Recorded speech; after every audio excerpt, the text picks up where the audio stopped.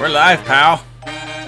We're live, pal. Welcome, everyone, to another edition of the A-Side Live Chat on MMAfighting.com. I am, of course, José Youngs. With me is my partner in crime. I don't know where she is on my screen compared to yours. Alex Savas.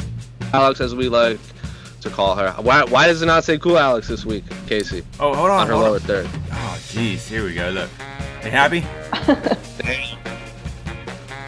See, now it's official. Sorry, Kaylee.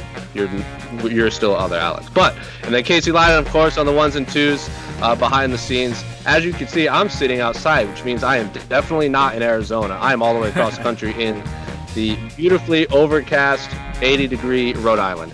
And phenomenal. I got the ocean breeze. I got my old neighbors apparently growing pumpkins next door. So I got a bunch of a pumpkin patch going on over here. So 10 out of 10 time all around. But you guys don't want to care about. You guys don't care about Rhode Island. You guys just want to talk about the calamari, I bet. I know yeah.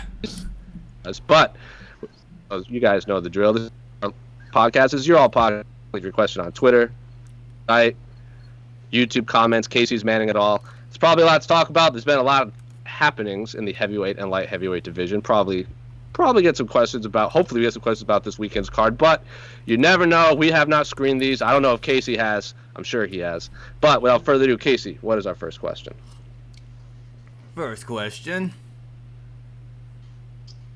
Frankie from Trumbo on the site. Does Frankie have anything left to make a run at 135 for the first time in his career? It will be at speed disadvantage against the young guns of 135. So yes, Frankie Edgar, I assume that's who they are referring to, is former lightweight champion for UFC featherweight title contender. He came up short twice at featherweight, was the champion at lightweight for a very long time, lost it to Benson Henderson on 2 questionable decisions, and now he is dropping down to 135, a feat that I thought he could have done years ago, but he's doing it in the year 2020. It's been a long time coming, specifically for his fight against Paige Munoz. I feel like it's been booked and rebooked and booked and rebooked several times during this pandemic. So, Casey, I'm going to start with you because you've been covering Frankie Edgar for a very long time. Pretty sure you were at his fight in Tokyo, if I'm not mistaken. I was when he won his when he beat BJ Penn in Abu Dhabi. The original Fight Island. And then the original Fight Island. And then eventually he lost it to Benson Henderson in Tokyo. Or was it, they fought in Tokyo and Denver. I don't remember which one came first. But you also did like a little walk and talk with him after Hurricane Sandy, if I'm not mistaken. Yeah. So, to answer Trumbo's question, does he have anything left to make a run at bantamweight after 2 careers at lightweight and featherweight? He's gonna be he's a top level. I believe he's gonna be a very good bantamweight. Now make a run. He is jumping into the men's bantamweight division when I think it's never been better in the UFC. So it's kind of weird. Of all the times to jump into the 35 division, this is like the one time the UFC actually probably doesn't need him because there's so much good talent and it's so deep right now. But that's just the way timing works, and I think this is a good fight for him against Munoz. Originally he was booked against Sandhagen, correct? Yes, in January. But then they pulled him to get one last fight against Zombie at featherweight. Yeah. So. Which he lost by knockout. Yeah. Well, I mean, yeah. But make a run. Yeah, we're gonna find out. We'll know by Saturday evening. Well, I think you said it best. I think the addition of Frankie Edgar creates a little more issues with the division because he's a big name, and if he beats Paige Munoz, who has a win over Cody Garbrandt, the last man that beat him was Aljamain, who's a rightful number 1 contender. Like, Frankie Edgar has a lot of fun matchups. Don't think they need him, but Alex, that's you. As someone who enjoys someone else on the site, we've never seen Frankie Edgar sucked out. We've never seen him dehydrated because he didn't cut any weight at lightweight. He barely cut any weight at featherweight. And now we're going to see a emaciated Frankie Edgar on the scale. What are you expecting in terms of how his skill set and physical tools will show translated to a smaller division? I don't think we're going to see much of a problem. I mean, it's not, obviously he's probably been thinking about this for a long time and he wouldn't do it if he couldn't make it. Yeah, I agree with everything that Casey's saying. Like, do I think he can make a run for the title? No, only because I don't think he's going to have to make a run. Like you said, he's a big name. Might not have to go through the rankings to get that shot. But I don't know. I mean, yeah, like you said, I think we're going to know a lot more after Saturday, after we see him, in the bantamweight division for the first time. But I don't think I see him as a champ in the division. It's just it's such a deep division right now. I just don't see that happening. Honestly, I just want to see matchups at this point. Like, I really want to see him fight Dominic Cruz really, really badly. Obviously, he's not going to get a third shot at Aldo. I doubt he's going to rematch Uriah Faber, but there's fun fights for him to take. Wouldn't that be just horribly cruel if somehow he has to fight Aldo again at 35? That would be just that's just cruel. I don't think he'll fight Marlon Moraes, considering they're former teammates, but there's fun fights. Oh, there's so many fun fights for Frankie at 35. Let's just hope he's just, doesn't get hit too hard. And you know what I mean? Like, it just, because, he's a guy that gets hit a lot, and he's been in this game for a while. And historically, when the guys get older, they don't get smaller. They go up in weight, and Yeah. But do you think I never really thought about it, but do you think the UFC is really waiting for the results of this fight to decide if Jan and Aljo is going to happen? Like, do you think, if Frankie just steamrolls Munoz, like, he could leapfrog everyone? Do you think the UFC is really holding out for that?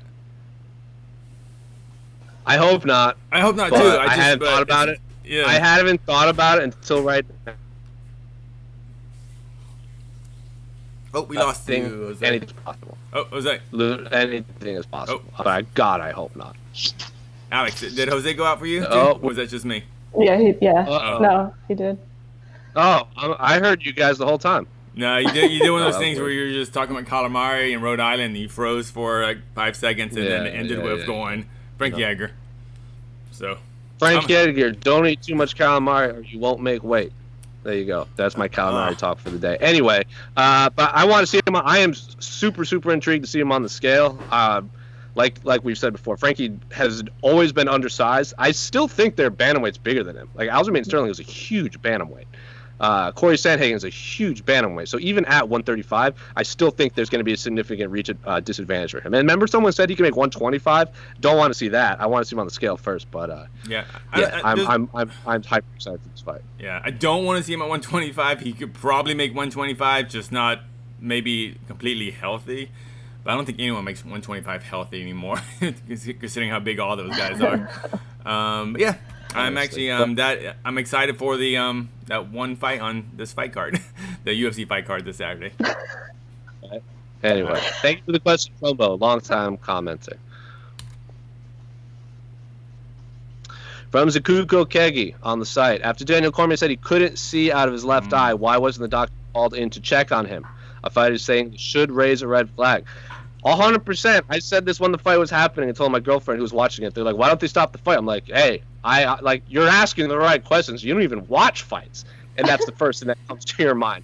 Remember when, was it Roman Salazar when he fought Kid Yamamoto in LA on that UFC 184? Same thing. He got poked in the eye and they said, can you see? And he said, no, that was a wrap. They stopped the fight right there. So you are not wrong, Zakuko Kegi. But Alex, what did you think when you heard Daniel Cormier say he couldn't see in a title fight against arguably the group? But no, so he said it during the fight, is what you're saying, like in his corner?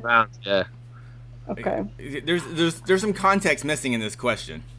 It's very important. Go ahead. Now, when Daniel Cormier said, Daniel Cormier actually said during the fight, during the end of, was it end of the third round? Is that when? Something like that. Yeah, I think. I can't remember the exact time, but it was the end of a round. But it was right at the end of the third round. He got a significant eye poke. Obviously, an eye poke that tore his cornea. He had to go immediately to the hospital after the fight. Huh? Yeah, he had to go stab. He got stabbed in the eye. and he signaled to the ref, is like, hey ref, my eyeball is like poked in. And basically, ref Goddard just didn't believe him. He said, nope, you got punched in the eye. It turned out that was false. He really did get poked in the eye. So basically, from that point on, it's a legal injury. For as far as a technical aspect, like it's the punch from the judging from the refs, your eye is split in half right now because of a punch, not because of a finger went through it. So when he went to his corner and said, I can't see, he wasn't telling the commission or the doctors that. He was just telling his coaches that.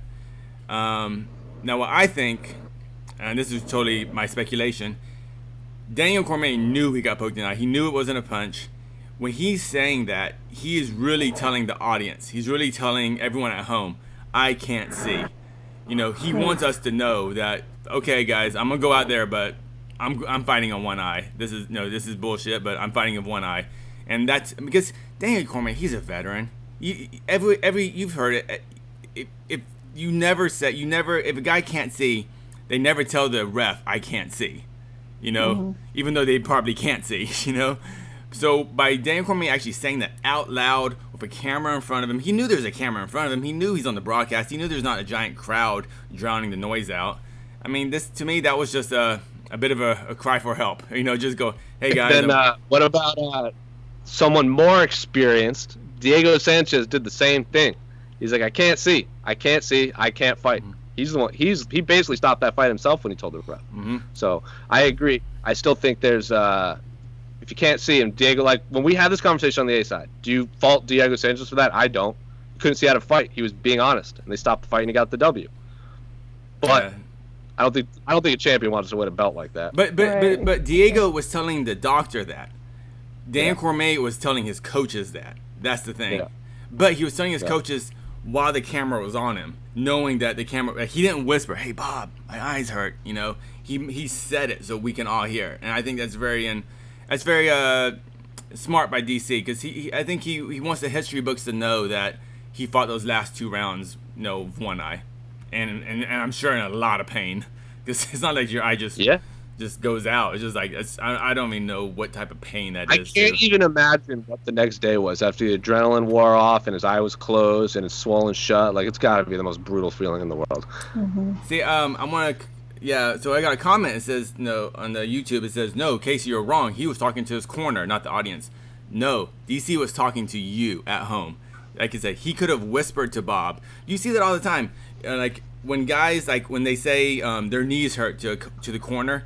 And then the people at home text the they text their friends are going. They text their opponent's corner going, "Hey, your opponent's knees hurt." Usually they don't get it in time, but you've heard that all the time.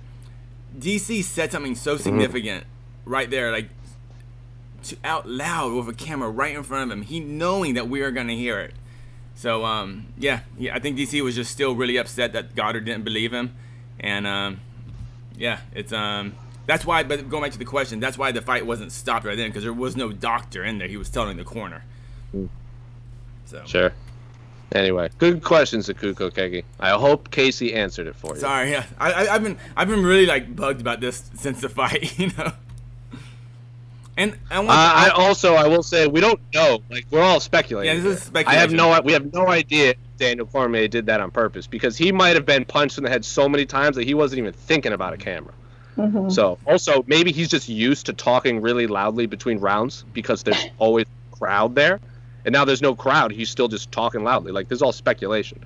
We don't know exactly what was going through his head.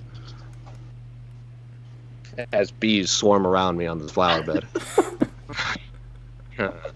From EKC, what is your favorite calamari experience, Jose? Okay, we'll talk about it. Or whatever it was at the DNC, he's in charge of the Democratic Committee here in Rhode Island. He's also the representative of my home city of Warwick. So I've seen this guy a million times growing up. He decided it was a really good idea to have a chef from Iggy's Dough House and Clams hold a plate of calamari like a goon off to the side.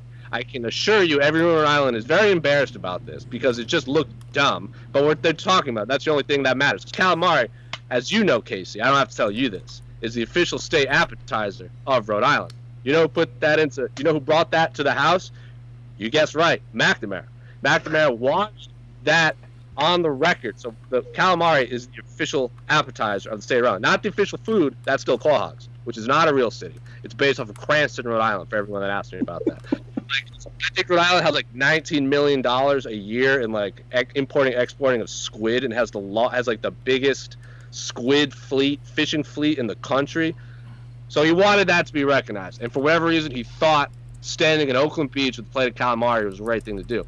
Oakland Beach also sucks. I'm not gonna lie. You guys like the beach, right? I'm sure you guys don't like stepping in syringes and broken glass and stuff like that. If you do like it, Oakland Beach. Why he chose that spot is beyond me, but that was a very bizarre scene for me. I hope they Casey. So funny. So cool, Alex. What's your best calamari experience? My best calamari experience is if you've never been to South Africa, I highly recommend it. It's the most beautiful place on earth. It's absolutely surreal, but everything is so cheap down there. So you could get like a calamari. Wow. Oh, are we back? I think we. Here you are. All right, we're back. There you are. Did you hear Alex's answer? $8 red wine and calamari. Basically, wine. that's what I heard. From where? From South Africa. Yeah, I've never been to South Africa. I hope to go someday. But Casey, do you even eat calamari? Of course, yeah. But what do you mean? Of course, you don't eat a lot of things that no. You also drink your soy, so of course I have to ask you when it comes to food. But all I would say about calamari, use your Google and look up. I think This American Life did a podcast a few years back about the calamari. You know about this, Jose? But is it calamari or is it pig anus? And how basically they taste exactly the same. You can't tell the difference. Yeah. So I could tell the difference. Oh, a challenge. Well, I can honestly say I have no idea. All right, well, next week. My experience, someone talking about it, not eating it. All right, next question. Come on. Next question. Next seafood-related question. Predictions from Maria Agapova. This is a good question from Phantom Mr. Stationary. A longtime commenter. Is his Twitter profile is still Pizza Carol holding up a crystal, which I'm sure we're gonna have a box of goodies. I hear, Casey. Oh yeah. For later on. Whenever we're ready. We'll talk about it. Apparently, I have one waiting for me in Arizona. I'm just not here at the moment. But Pova is one of the I don't think she's a future contender yet. She's awesome. I think she's a very exciting fighter. She is so fun to follow on social media. She's like one of the best. Like she's always trying to sell her paintings and what have you, and she's a very interesting person outside of fighting. Casey, what are your thoughts? For her fight this weekend? In general? This weekend she's fighting Shayna Dobson, the 3-4 Shayna Dobson. I think Shayna Dobson is the only below 500 record in the UFC. I would have to think that. Maybe. Oh, Goganzaki. Maybe 1-1.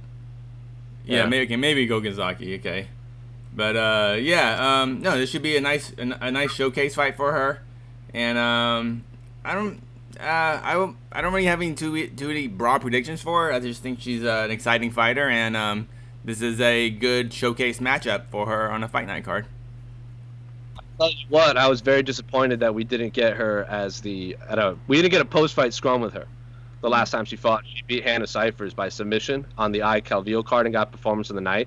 I was very much looking forward to her. She reminds me of the way she talks and the way she uses her social media reminds me of a young Joanna. She's absolute monster inside the octagon. She lost to Tracy Cortez on the Contender Series. Lost fair and square. I don't think it was the best fight in the world. I think eventually if they run that back like further down the road, it could be completely different. But was that at 125? Was Tracy Cortez a 25er? You remember? I think she is 125ers. I think the Hannah Cyphers fight was just a short notice fight, so it might have been at 125. Okay, I gotcha. Yeah. I think you're right too. Yeah. I think Cyphers went up in weight to take that fight. But don't quote me on that. But she lost to Tracy and then got a submission and TKO win in Invicta. So, the problem is, I think the good thing is 125 is so that she could maybe hopefully not get skyrocketed up too quickly. But Alex, your thoughts on an emerging female talent at 125? Yeah, unfortunately, I mean, the problem when you get such a quick submission or a quick finish is we didn't get to see a lot of her fights, and I haven't, watched her before she got into the UFC, so we haven't seen that much of her. But what we do know about her is that, yeah, like you said, she's an absolute monster. So I'm looking forward to maybe getting some more time with her, some more camera time, see what she's capable of. I think she's a fighter that the UFC is going to try and push very well. She, like I said, go follow her on Instagram and stuff. It's either her training her taking selfies with all of her teammates or her trying to sell her paintings. And they're all like little squared paintings that I really wanted to talk to her about, because anytime someone has a exciting talent, I'm all about it. But and we got a question about it, which is like another, like, how many questions do we get about at flyweight besides Valentina? Mm-hmm. Like, we didn't get any questions about Jennifer Maia and Maria Agapova. We got a question about Maria Agapova. I didn't even know she was a flyweight. It's like, I just found out. I like her a lot. I think I haven't interviewed her one-on-one, but I think she would, if Mike Heck from What the Heck, get her on the show. She'll be fun. Oh yeah, her personality is awesome. And her English is her English is good. It's good. Yeah. Does she train out was it Kazakhstan? I think she's at ATT. Oh no, you're right. Okay. She's from Kazakhstan, but now she's living and training in Florida, I think, or at least for a training camp. Yeah, I think so. Cool. Why is Casey still on the show? He is terrible. Blah blah blah. I like that. I think Maria Agapova is like 21 or 22, something like that. So she's has a super bright future going forward. Cool. All right. Ooh, from at the Seaside on Twitter. Who has a better comeback, Lionheart Smith or Lawler? From hashtag the 8 side. Why did you tag Anthony Smith but then not tag Robbie Lawler? Why'd you tag either of them anyway? Comeback means comeback. I assume. So, Casey, you've covered both. You've covered Anthony Smith when he was a Bellator. I don't use this term lightly, but he was a Bellator cast-off. Mm-hmm. And they went and fought a bunch of regional fights, got in the UFC, and then they fought for Jon Jones. So, better career comeback, Anthony Smith or Robbie Lawler? I have an answer, but what is yours? So Lawler is coming back to face Magny, correct? And is that official? Is it back to his career comeback, like from where they were at one point in their career, or where they're bouncing back after a lot? Oh, is that what we're talking about? They didn't say. Okay. Oh, if you're talking about career-wise, Lionheart Smith, he has one of the most incredible career comebacks. He was like, because he was a mid-level middleweight at best, like a C plus, B minus level middleweight, and then he got sent back to the regionals. He lost fights in the regionals. It wasn't like he got like one. He won this great run in like just the Midwest circuit. He actually got his first fight back. He lost, got a couple wins back. Then all of a sudden, like he's a legit A level 205er. Well, yeah, I'll be nice. A level 205er. Now he's coming back to a super tough fight against Rakic, which I was like, man, the UFC is not being kind to him. I think Rakic is. I think actually he is a future title contender. Actually behind Uriah, I think he's my second biggest prospect. Well, I won't call Uriah a prospect, but he's my second biggest guy to look forward to as far as future title contenders at 205. But no, I think Anthony Lionheart Smith's career comeback outweighs Lawler. It's bigger. Alex? I agree 100% with Casey, yep. I mean, I'm a little biased. I'm a huge Anthony Smith fan. But what he has done, I'm not going to repeat everything that you just said. I mean, I think it just speaks for itself, yeah.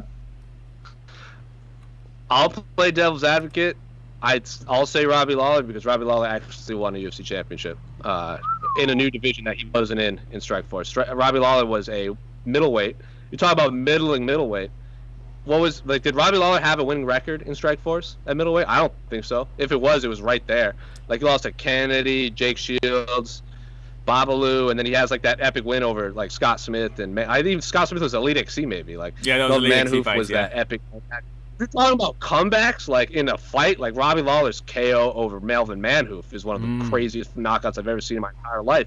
After getting the soul beaten out of his legs, and then comes back, rattles off a couple wins, and then gets thrown into a vacant title fight against Johnny Hendricks in back-to-back fight of the years. I'll say Robbie Lawler because he won a championship. Oh, yeah. And I remember Robbie Lawler trained at Power MMA in Arizona for a while, and when he would train, in case I'm sure you heard the stories of Robbie Lawler his head wasn't into MMA for a little bit. He would just show up and shadow box for an hour and leave. Like, he wouldn't do much else. And then he went to ATT and like reinvented himself at welterweight. So, yeah, I'll say Robbie Lawler. But it's really hard. Everything you guys said, like especially because Anthony Smith lost on the regional scene before making the comeback, that's huge. But I'll play devil's advocate and say Robbie Lawler. There was a point before Anthony even made it to any big organization where he was actually below 500. I think at some point he was a 6-7 fighter on the Midwest regional MMA scene, where most cards are like literally in the back of, like, intense in the back of parking lots at that time, especially. Yeah. So yeah, I think you just have to love fighting at that point. Yeah. I love them. I really enjoy both those guys, and for completely different reasons. But yeah. Well, I have a good little Robbie Lawler story though. When he fought Melvin Manhoef, because you're mentioning that fight. So me and Ariel Helwani were backstage waiting to interview him after that fight, and he comes in. He comes around the corner. They bring him to our little area. We can interview him as a one-on-one, and he's limping over. And we ask him, I was like, "Oh, hey, Robbie, do you want to sit down for this? You need a chair?" He's like, "No." So we do the interview. Robbie says this thing and everything. And as soon as we stop recording, Robbie is like, "Give me that chair." And he just like basically almost collapses. And he was just in so much pain, but like he was such like a fucking man. Like he was like, nah, he didn't show anything. Huh? So that fight against Roy McDonald, which many people consider the greatest fight in the history of the UFC, the next day he went and sat octagon side to watch his teammates at the Ultimate Fighter finale. His face was all stitched up. He had ice all over him, and he still. Not only did he sit there, he went and did an interview backstage, and his lip was still like splitting open on the broadcast while he was talking. So yeah, Robbie Lawler is cut from a different cloth than most humans. Yeah, that's both of them are. And at the time I thought like, oh, his legs must be bruised up or whatever. But then it turns out, no, Robbie's like those kicks that he took from Melvin Manhoef were so hard, like they literally just tore the ligaments in his leg, just from the impact. Have you seen that fight, Alex? No. It's the whole fight is on YouTube just because it's a 1-round fight. We're talking about that was a 1-round fight, right? I'm pretty confident it's 1 round, yeah. Like we had this conversation like greatest 1-round fights. That none of us mentioned that. That's way up there for me. Basically, Melvin Manhoef uses Robbie Lawler's shins as a football, and he just punts him into the upper deck for about 3 minutes before Robbie Lawler lands one punch that just deads Melvin Manhoef. Top 7 knockouts I've ever seen. I think in just terms of excitement, not in terms of like the stakes or anything, but in terms of just craziness. Top 5 or 7. Anyway, thank you for the.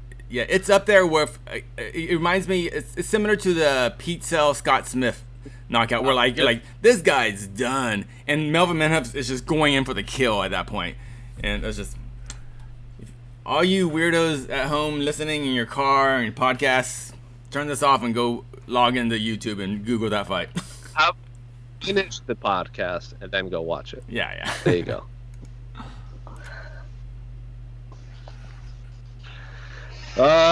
Sam Harris 999 on Twitter. Anderson versus Hall predictions. Well, let me correct you there. It's Hall versus Silva. Uriah Hall is ranked. Anderson Silva. Okay, wait. Use both their last name. Okay, that's weird. Okay, Anderson. It's Anderson. It's Hall versus Silva, or Uriah versus Anderson. But who uses Anderson? Like just it's Silva. Yeah. Anyway, Anderson Silva is supposedly coming back to face Uriah Hall. They were previously booked. I want to say UFC 198 back in 2016. Curitiba, right? It was in Curitiba. Yes, Anderson Silva had emergency gallbladder surgery like the week of the fight, so that was scrapped. Which is just the narrative of Uriah Hall's career. Every big name fight he gets is scrapped at the last minute. It just happened again to him with Yoel Romero. Now he gets the Anderson Silva fight. Alex, what are you expecting in this fight? I'm gonna pick Hall to win this. I think that guy's just like a tough son of a bitch. I mean, you look at like his losses too. Like his record's not amazing, but the losses he has are against like the best. Brunson, Whitaker, Costa. I mean, and then you look at Anderson Silva recently, and unfortunately, you can't keep up that sort of greatest of all time forever, unfortunately. I would have to favor Uriah Hall, especially if this is 5 rounds, if I'm not mistaken. Yeah, I think it's gonna be a main event for a fight night. Yeah.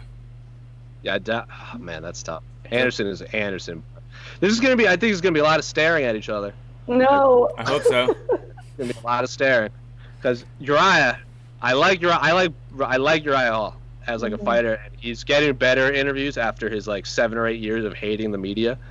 I feel like he fights too much on instinct, looking for that one big shot, rather than like put together a game plan and then go out there and implement it. That's why I was so curious about him fighting Jacare, him fighting Yoel, especially because he's at Fortis MMA where he's looked better than ever. This is like the new and improved Uriah Hall. I favor him. I just feel like it's going to be a lot of like, no, you throw, no, you throw, no, you throw. A lot of feints, but not as exciting as Till Whitaker, I think, because that just felt like that was just boiling at that point. It was like a pressure-filled fight. Anyway, Casey, what do you think? Well, the crazy part, Anderson is going to be 40. I think 40. Yeah, he'll be 45. He's the oldest fighter in the roster. 45 years old, and you're fighting Uriah Hall. And to me, the crazy part is like we're kind of even debating this. We're like, well, I think this could happen, but we're not going, oh, this 45-year-old man's gonna get stomped. No, we go, oh, it could go, I'm picking Hall, but I can see it going other way, So I just think just the fact that he's a 45-year-old man in the cage of Uriah Hall, and we're still calling this a competitive fight is incredible for Anderson Silva. But man, but is this gonna be the one fight where we see Anderson Silva straight up just like deaded like Weidman did to him, because has he been really since that? Has he been really just hit hard where he's just been on the ground like I mean, he's been wobbled, but he's not been like, like he got wobbled. He's been wobbled against Bisping. Got a little wobbled against Izzy, but not like falling on the ground. Yeah, like where like trying to get up. Yeah, like where he was all survival instincts. But I'm just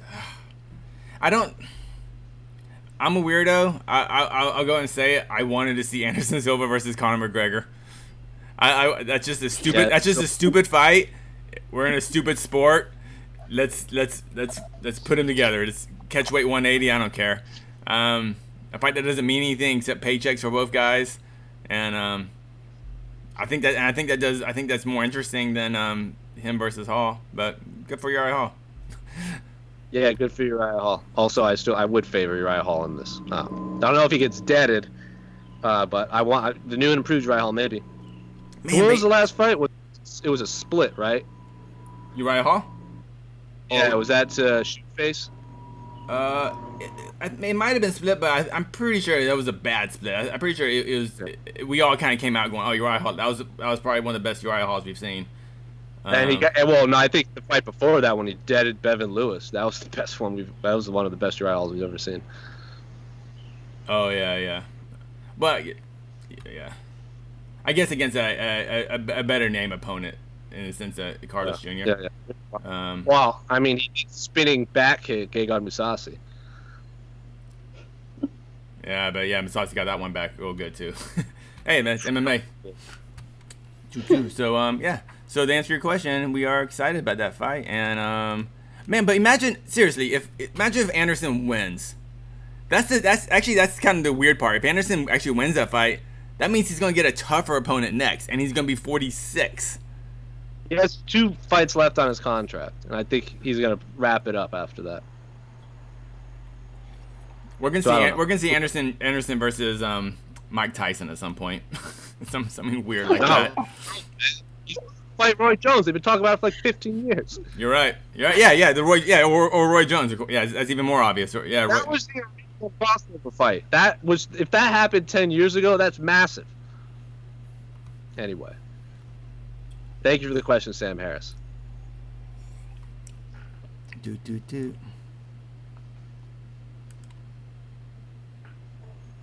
2 questions from Nathan Timblin on Twitter. With Jon Jones at heavyweight, do you see DC coming out of retirement and fighting the winner of Reyes versus Jan? Do you believe that this is the final time we see Jon Jones fight at light heavyweight? Well, okay, to put this question into context, Daniel Cormier has retired, as he said, after losing to Stipe Miocic at UFC 255, which wrapped up that trilogy.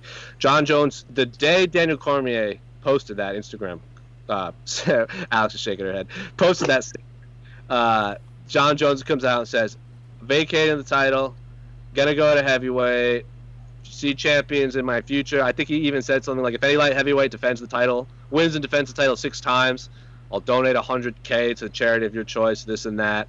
Alex, you were shaking your head. So to answer both these questions, what do you make of Jon Jones vacating his title, going up to heavyweight, and now Dominic Reyes and Jan Blachowicz are allegedly fighting for the now vacant title? I guess I feel like it's a cowardly thing to do to vacate the title and not retire. If you were going to retire and vacate, I totally get it. You're done. You're done when you're done, and you make that call.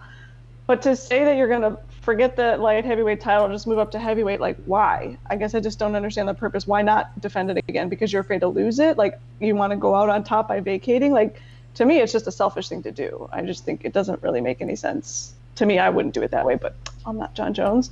I don't anticipate to fight him at heavyweight. That seems a little too far-fetched for me, even in the UFC, but I guess never say never. Yeah, seriously. If Jon Jones wins the heavyweight championship of the world, I would imagine they would probably at least have a conversation with Daniel Cormier. Whether Daniel Cormier does it is another conversation. But Casey, what do you make of this whole Jon Jones vacating, moving up? It's weird. It's just weird, especially vacating, because I don't understand why he couldn't just keep the belt and do the whole 2 belt thing, because the UFC loves pushing the whole 2 belt thing. The only reason I think that may have been impossible is because like Daniel Cormier has said in the past, the UFC just does not trust Jon Jones. And can you imagine what kind of insane negotiating power and leverage that Jon Jones would have if he had 2 belts that he controlled 2 weight classes? Yeah, seriously. Oh God. So maybe that was just like this crazy line in the sand that the UFC was like, no, you cannot have 2 belts. You can have 1, but you have to give it up. Go to another weight class. But that's a good point. But that's a lot of speculation. I'm just kind of going with my past experiences that these Jon Jones in the UFC has had. But yeah, good luck to Jon. I think he's a perfect 2. I think his build is perfect for 205, and yep. I don't think it's a great idea, man. But I want to see Stipe Jon. I want to see Ngannou Jon. But I don't want Jon Jones to leapfrog Ngannou. I got Ngannou. Right? Francis Ngannou. Ngannou. Yeah. Yeah. He got eatered for that on Twitter. Yeah. Which is fine. It was a very polite criticism. It's like, oh, it's I'm saying Ngannou. Okay, not Ngannou. It's Ngannou. Okay. I will say this. I'll add to the overarching narrative of this. Jon Jones didn't immediately say he was going to heavyweight. He vacated and said, maybe I'll be back later if the UFC and I can come to some sort of agreement. Like 20, 30 minutes later, he's like, just got off the phone with the UFC. We talked about going to heavyweight. It looks like that's the future for me. So initially he just retired or went on a hiatus, and then 30 minutes later, apparently got off the phone with the UFC. I think Casey is right. The UFC just didn't want him to have 2 belts. Especially because Jon Jones is a fighter that he puts so much planning into his fights and moves. I don't think he just wanted to be a blown up light heavyweight. I think he's going to put on a lot of muscle going to heavyweight. And I don't think he wants to put on a lot of muscle and then lose it, and then put on a lot of muscle and then lose. He could. I don't know. This is all just me speculating, but yeah, I think the UFC is happy that he's actually going to heavyweight, because Dana White seemed very. That's why he said he had such a lackluster performance against OSP. Like a more bulkier Jon Jones isn't a better Jon Jones. Like, so that's why I'm really surprised, to be honest. Supposed to fight Daniel Cormier at UFC 196, right? Not 196, 195. I think that was the original plan, and then OSP slid in. This was Jon Jones' return fight. Yeah. He bulked up. He also fought a southpaw, which Jon Jones does not do well against southpaws. Never takes short notice fights. And I think that was just hey, after all this trouble I've caused, I won't say no to this fight, because he knew he could beat OSP. But I think that was a lot of things going into that fight that Jon Jones didn't have the best performance of his career. But Jon Jones did give the finger to DC when he left the cage, so Always the good promoter, Jon Jones is. Man, but as much as I don't like Jon going to heavyweight, but then I go, man, Ben Rothwell versus Jon Jones. That sounds cool. just random fights. Kind of like why I like Anderson Silva versus Conor. I just want these fights to happen, but like I just know that these are very expensive fights for them to happen. So, yeah. Like Alexei Oleinik versus Jon Jones. Verdum's not anymore, but like JDS or like what about Overeem versus Jon Jones? I will watch that every single weekend. Like Alex Overeem was calling out Jon Jones 10 years ago. Like I'm 100% in for that fight. Curtis Blades, Derek Lewis. Like there's more fun fights at heavyweight, but I still selfishly I think I want to see that Reyes rematch first before he bumps up to heavyweight. Yeah. No matter what the outcome of Reyes, Blachowicz, Blachowicz. I feel like no matter what happens, whoever wins that, Jon's gonna hold it above them. They're like, whoa, whatever, guys. I'm still the champ, even though you have the belt. I feel like they're not gonna be considered legitimate. They're gonna be considered paper champions for a long time. Like when Conor was holding the belt hostage for so long. Yeah. And then you're not wrong, but yeah, that's how fighting is. Over either of those two, I would like in my mind, Jon Jones would still be the light heavyweight champion because he never lost it. Technically, but that's another argument. Technically, that's so annoying. I'm so annoyed by it. you're just thinking about it. I'm like stewing, like, because that's such a Jon Jones move. Like, one to do it as we're all talking about DC's retirement in quotations, but that's something none of us talked about. Like, he announced all this the day Daniel Cormier put out that statement. Like, Daniel Cormier retires, and Jon Jones is like, go to heavyweight. It reminds me, as I know you guys love baseball, you guys love talking about baseball. When Alex Rodriguez announced his, so in baseball you have the opt-out clause, where after like X amount of years, if you add it to your contract, you can opt out and get a bigger and look for a bigger contract. Alex Rodriguez at the time had the highest contracts in the history of baseball. Decided to announce he was opting out. The bottom in the last inning of that the Red Sox were playing. So while the Red Sox are winning the World Series, everyone's like, "Hey, A-Rod's a free agent." It reminds me of that. But and then he ended up getting a bigger contract, and then he got popped for all kinds of steroids. So and then he married Jennifer Lopez. Like life is. Or are they still just dating? Oh, I don't know. I guess technically, I don't know. But either way, he lives with J-Lo. Could be worse. He's very good at commenting on baseball. And I would say this: "Waiting for Tonight" by J-Lo, still a jam. Still a jam. Next time you're in the gym hitting the weights, getting those gains, Jose, play that in your little ear pods. You'll be like, yeah, I feel it. Yeah. Cool, Alex gets it. Probably not. J-Lo. No, probably not. I am agnostic to Jennifer Lopez. I just don't really have an opinion. Interesting. Okay. Interesting. Like most people love her, but yeah. She's fine. I don't wish any ill will, or I can't honestly sit down and think of any type of media I've absorbed of Jennifer Lopez. Like, she's in bad movies. You didn't watch The Cell? Was it The Cell that she was in? What was that sci-fi movie she was in? I have literally no idea what you're talking about. I don't know. I wouldn't watch her sci-fi movies, but I watch her rom-coms, obviously. Out of Sight is awesome. She was great in Out of Sight. When she was at the time dating Ben Affleck, and she went to a Red Sox game and got booed. I thought that was kind of funny, but that's because Ben Affleck. We don't claim Ben Affleck anymore in Boston.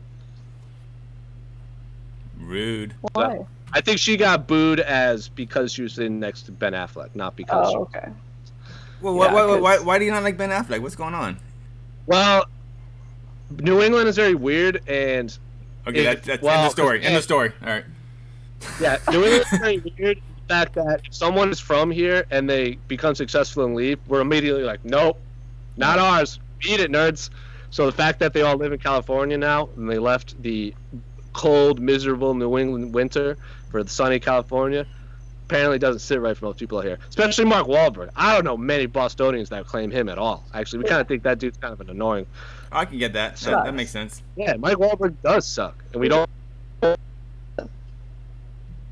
pretends he claims Boston, even though he does. It's gone. He doesn't know any of the slang anymore. Anyway, I digress. Next question. Hope it's Mike Wahlberg.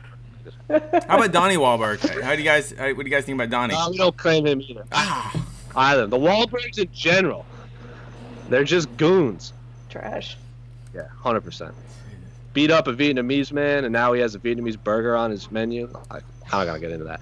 I don't from Jay Romero on the site or on Twitter. Longtime commenter and phenomenal artist. I don't subscribe to the idea that Stipe has to beat Jon Jones before he can be called the baddest man on the planet. But if they eventually fight and Stipe does beat Jon, does he now become the GOAT? Does he not just become the heavyweight GOAT, but an all-time GOAT? His resume, and then the rest of it's kind of cut off on my screen. So, but I get the question. So, Alex, I don't think you the post-fight show when we had this conversation. So I don't know your thoughts on where Stipe stands in the greatest heavyweights of all time. But if he fights and beats Jon, does that make him the all-time GOAT? No. Fortunately for Jon Jones, moving up to heavyweight, I think doesn't really affect his stock as much. Because it's just going to be like, oh, well, he was a heavyweight and he's naturally a light heavyweight, so it's really not that big of a deal if he loses. You know, like he's very smart about his moves where he's not going to lose a lot if he goes to heavyweight. So, no, I don't think that Stipe beating him makes him the greatest of all time. Let the record show I don't think that Jon Jones is the greatest of all time because I think to be the GOAT, you have to be an all-encompassing great person, and he's kind of disqualified himself from that conversation in my mind. So I think Stipe is the greatest heavyweight of all time right now. I don't think if he beats Jon Jones, he becomes the greatest of all time because he's just not in that caliber in my mind. Who do you put as the greatest of all time? I'm still kind of on the GSP train. Yeah. I think it's GSP, Jon Jones, even Demetrius Johnson I'll toss in there. I think the only knock on him is there's still that rubber match between Cejudo that we never got. And GSP. He's 2-0. Hold on. Yes, I agree, but like you said, I gotcha. Like when we bring up the fact Jon Jones beat DC once, you're like, well, I don't know, man. He has a no contest. Like, nope. I'm looking. Did Demetrius Johnson get a win bonus after beating Hideo Cejudo? No. Hideo Cejudo took home a big gold belt, so I think that's the only knock on him. I'd probably slot him third. I still think Anderson Silva is like a top 5 fighter of all time. Like his peak was insane. But yeah, I do subscribe to GSP as the greatest fighter of all time. I think Stipe, yeah, it's him or Kane. I think is the best heavyweight. The peak of Kane was just something else, man. He was just battering fools. And then Fedor, to me, in my mind, is still the greatest heavyweight ever. Because his run in Pride is just banana. Like when he outkicked Krokop. And he out grappled Nogueira and all these guys. And to this day, I've never seen a heavyweight with faster hands than a prime Fedor and Pride. To me, it's between Stipe, Kane, and Fedor. And I don't think there's a clear front runner at this point. Yeah. In terms of talent, like overarching legacy and accolades, like yeah, Stipe has like all the records. In terms of like their actual abilities in the octagon, it's a 3-man race in my opinion. But hey, if Jon Jones pulls GSP, wins the title, and then defends it a bunch of times, we could be talking about Jon Jones being the greatest heavyweight. I just want to, yeah, lot of fun matchups. A lot of fun matchups. All right. From Joshua Saya, Slayer_tip on Twitter. What are/were your favorite rivalries between fighters? Could include any promotion. This is an interesting question. Oh, easily. The Nick Lentz, Charles Oliveira trilogy. Yeah, I was gonna say. I mean, that kind of transcends the sport, Casey. So I wasn't even putting that. Yeah. That's a duh. What other ones? Okay. Yeah. I think DC Jon Jones is up there. Yeah. It's like. Let's talk. Let's go a little deeper. I think that's a everyone knows that one, but I think forgotten ones are maybe like Gilbert Melendez, Josh Thompson. That one rules. That was like the OG lightweight rivalry. Yep. To the point where like Gilbert Melendez left the UFC. I was like, sign to Bellator and give me a 4th fight with Josh Thompson. Like I wouldn't complain about that at all. Interesting question. You know, great. I like the GSP Matt Hughes one just because that was like a passing of the guard trilogy, and like now you'd interview like at the time Matt Hughes was the greatest welterweight ever, but now you ask him, like I've interviewed him about that. He goes, well, he beat me twice. Like there's really no argument against it. So I liked that fight in terms of the actual like fighting abilities. I think a great rivalry that we were robbed of because of the way promotions work is actually Cejudo DJ. Yes. I think that was a great rivalry. That could have been like they could have fought 4 or 5 times. I feel like. Yeah. So yeah, I'm just bummed that didn't happen. Chandler, Eddie Alvarez, yep. Good one. Did they fight twice? Eddie Alvarez. They fought twice, and the third one, Eddie Alvarez pulled out with a concussion. Yeah. Aoki Alvarez is a good one. Yep. Shinya Aoki. Man, I know I'm forgetting some. You know, actually, another one we've been robbed of that we hopefully will get to see a trilogy of, freaking Conor versus Nate.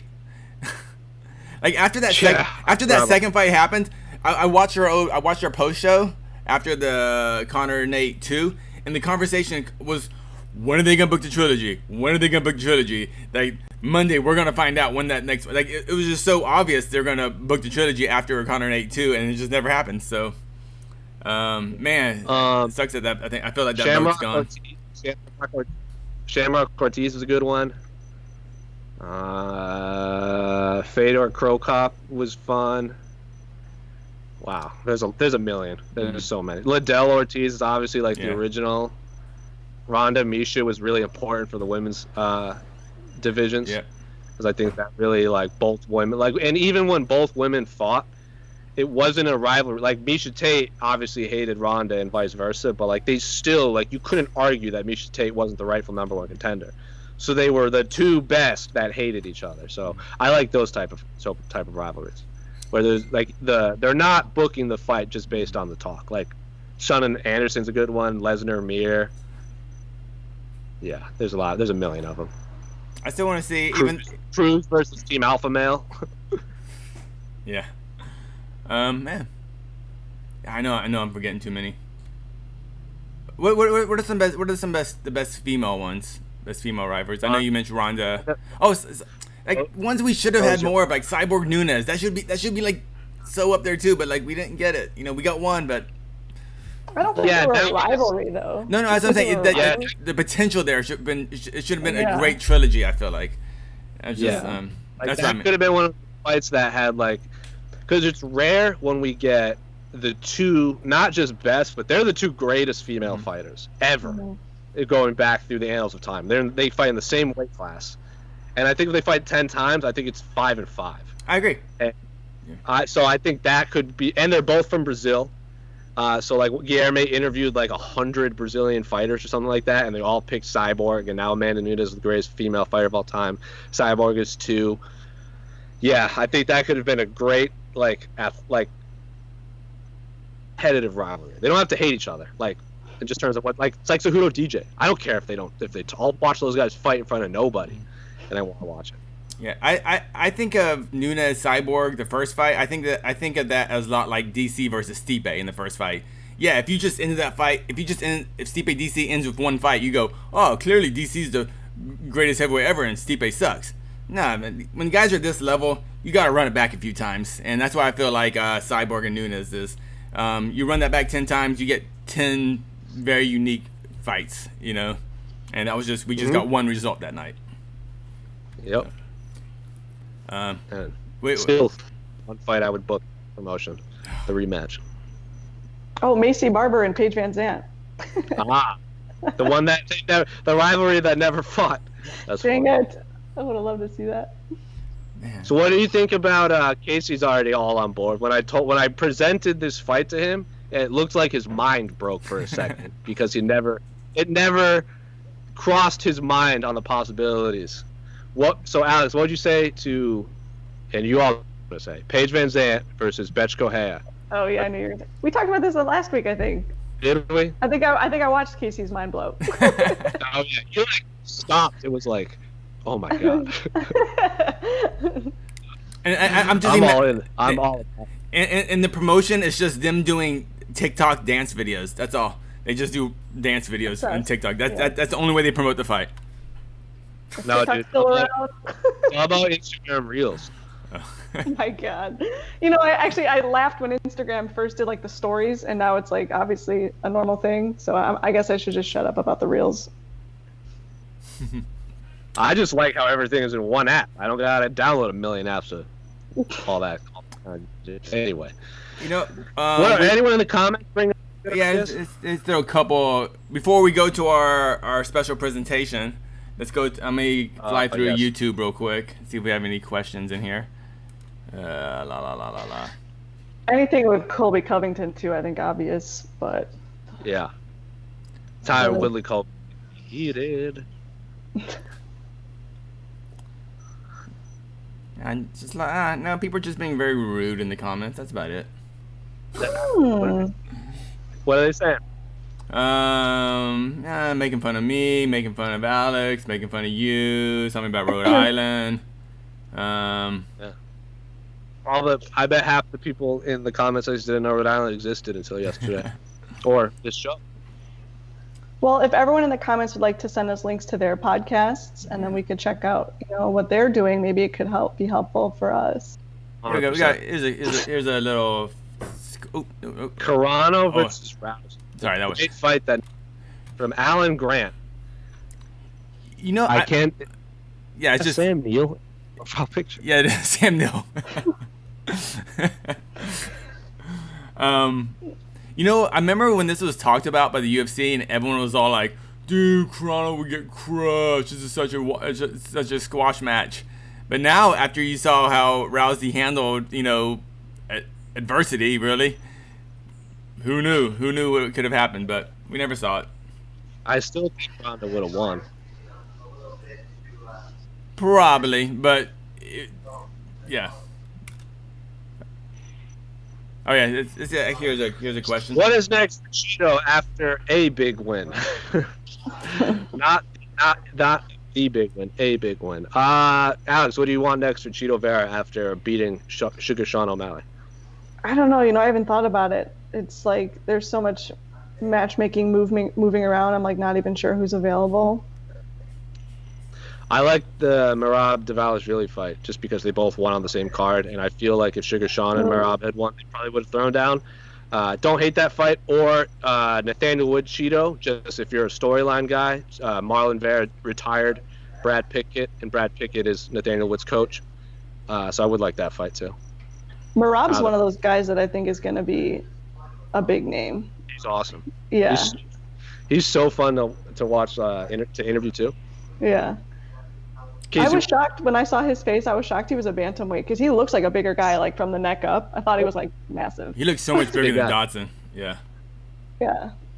What do you want next for Cheeto? I don't like the Merab fight really. I think they'll fight eventually. I don't know, like Cheeto's on like maybe Cheeto Sandhagen. Oh, is the Sandhagen books? I'm sorry.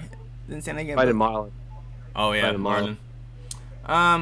I don't think there's a real definitive person Cheeto needs to fight. I just want to see him fight one of those, borderline top 10 guys. That's about it. What if they run it back with Song Yadong at bantamweight? Oh, Esther goes. He deserves someone in the top 10. So if they want to run back Yadong, yeah, that sounds good too. Because I know everyone. Ooh, Rob Font. I'm all about Cheeto Vera versus Rob Font. Sign me up. All right. Find another question. Oh, here we go. Put that on the undercard. Holloway Cater. Anthony Shevchenko, Ariana Lipsky, and then disappeared. Booked for flyweight? Question mark? Or like thoughts from Jesus? Watch my 666 on the YouTube comments. Alex, what do you think about Anthony Shevchenko versus Ariana Lipsky? I like Shevchenko's chances. I think Lipsky's a friggin' savage. And I don't know if we've seen Shevchenko's best yet, but what I've seen so far is not, anything to write home about. She is clearly the, how would I say this? Mari Jannetty of the Shevchenko sisters. Casey, what do you think about Anthony Shevchenko versus Ariana Lipsky? It's a step back for. I feel. Well, who did she beat? Yeah, she beat kind of a. Lipsky. By the way. I'm sorry. You. Lipsky's. Every time you say Lipsky, then your audio drops out. Like. Am I still here? You're still here. You're there. Ariana Lipsky is unranked, and Anthony Shevchenko just fought the #1 ranked flyweight. So it's a huge step back in competition for Shevchenko in terms of like the rankings. But I think this is a much more even fight than her previous two. I think like her previous two losses were Roxanne Modafferi and Chookagian, and now she's fighting Ariane Lipski, who I think has not fought to her potential because she dominated KSW, came in with all this hype, laid a couple eggs, and then got back in a gruesome submission win. So I don't hate it. I still favor Lipski, but I don't hate it as much as most people. Yeah, I think just because we've seen Shevchenko lose badly, but she was obviously the UFC just put her with competition way over her head, thinking that she was Valentina or something. I don't understand, because there was no reason she should have fought someone like Chookagian. I mean, who's a legit. No matter where you rank her, she's an A-level flyweight, and you just can't call Shevchenko that, Antonia, that. So, Antonina, sorry. So like to put that, Anthony Shevchenko was 7-0 when she fought Roxanne, and Roxanne Modafferi was 23-15. Like she had more losses than Anthony Shevchenko had career fights. And then when Anthony Shevchenko fought Chookagian, she was 8-2, and Chookagian was 13-3. So like she's fighting some of the most experienced top level fighters at flyweight. So I think the Lipski fight will be closer than people think, but I still favor Lipski's in that fight. Yeah, it's the violence. Yeah. All right, and one more question, real quick. It's not really a question. Oh, there you go. Vadim versus Bader. Well, it's Bader versus Vadim. Sorry. You know they do that now just for you. I know. I keep correcting them. And no punctuation. Come on, guys. I can't even pronounce the name. So, Casey, what do you think? Bader versus Vadim at for the Bellator light heavyweight title. Why is this just a holding pattern for Bader to fight Corey Anderson? No, it's not. This Vadim is Nemkov, right? Yeah, that guy is not a holding pattern fighter. He is. Whoa. You're going out. I'm losing you. Wait, I hear someone's TV. Whose TV is that? No, that's probably PJ in the other room. Oh, well, who's he watching? He's on a sales call. Oh, okay. Yeah. Okay. We're working out of a small apartment together. Oh, no problem. Okay, I was making sure we just weren't getting some weird we're picking up someone's cell phone on our call. No problem. No, that fight's awesome. Nemkov's awesome. That is actually the best fight of the entire MMA weekend. Yep. So 100%. Let's go to. All right, we're done with questions. You said that was the last question. I know. I just said we're done with questions. All right. So we have a gift that was sent to us. Hold on, let me switch shots. All right, Esther. What we got here? I know what it is too. I'm very excited. You drop it right in front You of me. got one too? Yeah. What we got? So I have one waiting for me in Arizona. So this Wow. is. I have to keep the headphones in. Sorry. So this is 35 pounds. No, that's the mic. Okay, I know. There you go. It was 35-pound package sent to us. So we're gonna open, and it's sent to us from from the people at the Crystal Council. Vinny and Joe. Vinny and Joe. Oh, Vinny and Joe at the Crystal Council. Yeah, I need your help. What are you going away for? I have to keep that. So thank you so much. We got Crystal Council hats. Well, this hat's cool. Got a pink one for the boys and Gray one for the girls. gray one. This is a very. Okay, I gotta sit up. That is This is, I think, an next one. An a explanation. manuscript. Yeah, Oh my manuscript. This is all. Oh my god. This is so we have a lot to read. Call Nick Cage. So Atlantis. I think this is it's a mat cat on screen, to too. put the crystals on. we have a mat to put the crystals on. Bunch of stickers. Oh. Some stickers. We love stickers because I'm a third grader. Put on my Trapper Keeper. Notepads. Today is. Oh wow! Look at that. See, so we can organize our day by our crystal color. This is awesome. Sure. Candles. Candles. Oh my god. And crystals. Oh, okay. We're gonna open. Oh. Let's just go with it. Okay, we're gonna open. We can't open all these crystals, but we're gonna. Oh my goodness. Hold on. Oh, okay. This is like okay. Take out the rest. That's this is heavy. Oh, crap. Okay. Oh my. I'm gonna pull a muscle. Oh, God. My headphones. This is a dinosaur egg. What is this? It looks like the crystals in Superman. Yeah. Look at this thing. Oh, look at. This is legit like 30 pounds or something. Okay, I'm gonna get it. Need a knife, Esther? I don't know what I did with it. We just press scissors. You lost the blade cutter? Come on, yeah. Give me it. Come on. No, I know. It's on the table when you open that. Hold on. All right, here we go. Oh crap. Is that one crystal? Or there's more in there? Yeah, there's more. There's a lot of other ones in here. This is the big one. But that's one big one? Oh, yeah. Yeah. Oh my goodness. Sorry, Pete. You can feel the energy from here. Can you just feel it? I'm getting stronger. Whoa. Probably scissors probably better that way you don't scratch it or whatever. Oh, this is. Wow. Oh. Is that a chocolate? So I'm not even sure what this is. So Looks like chocolate. do we know what it is? This is say that, Esther. Shiva Lingam. Shiva Lingam.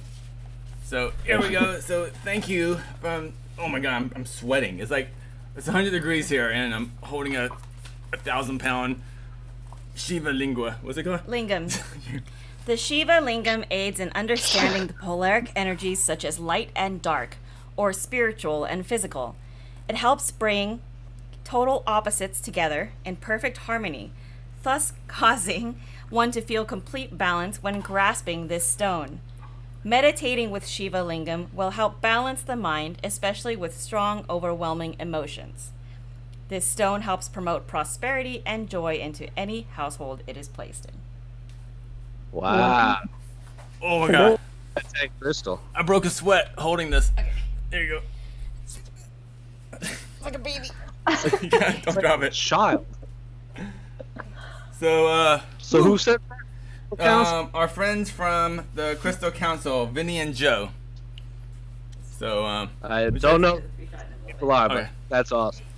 all right. So we have a lot more. We'll post some photos later on our Instagram stories or something. But yeah.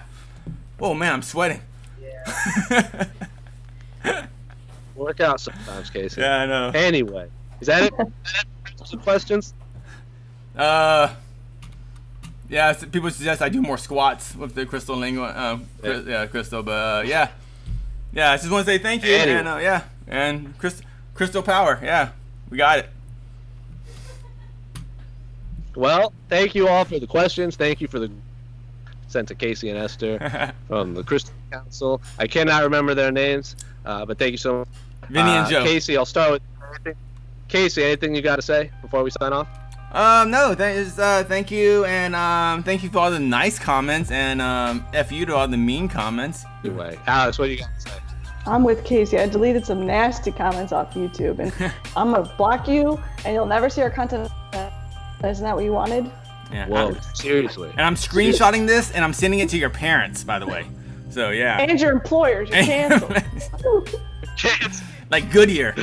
Anyway, that's Casey. That's Alex. I'm Jose. We'll be back next week probably at the normal time. You can find all of our awesome content on this YouTube page or MMAfighting.com.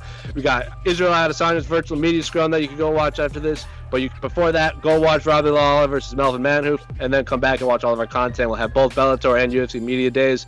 But until next week, we're out.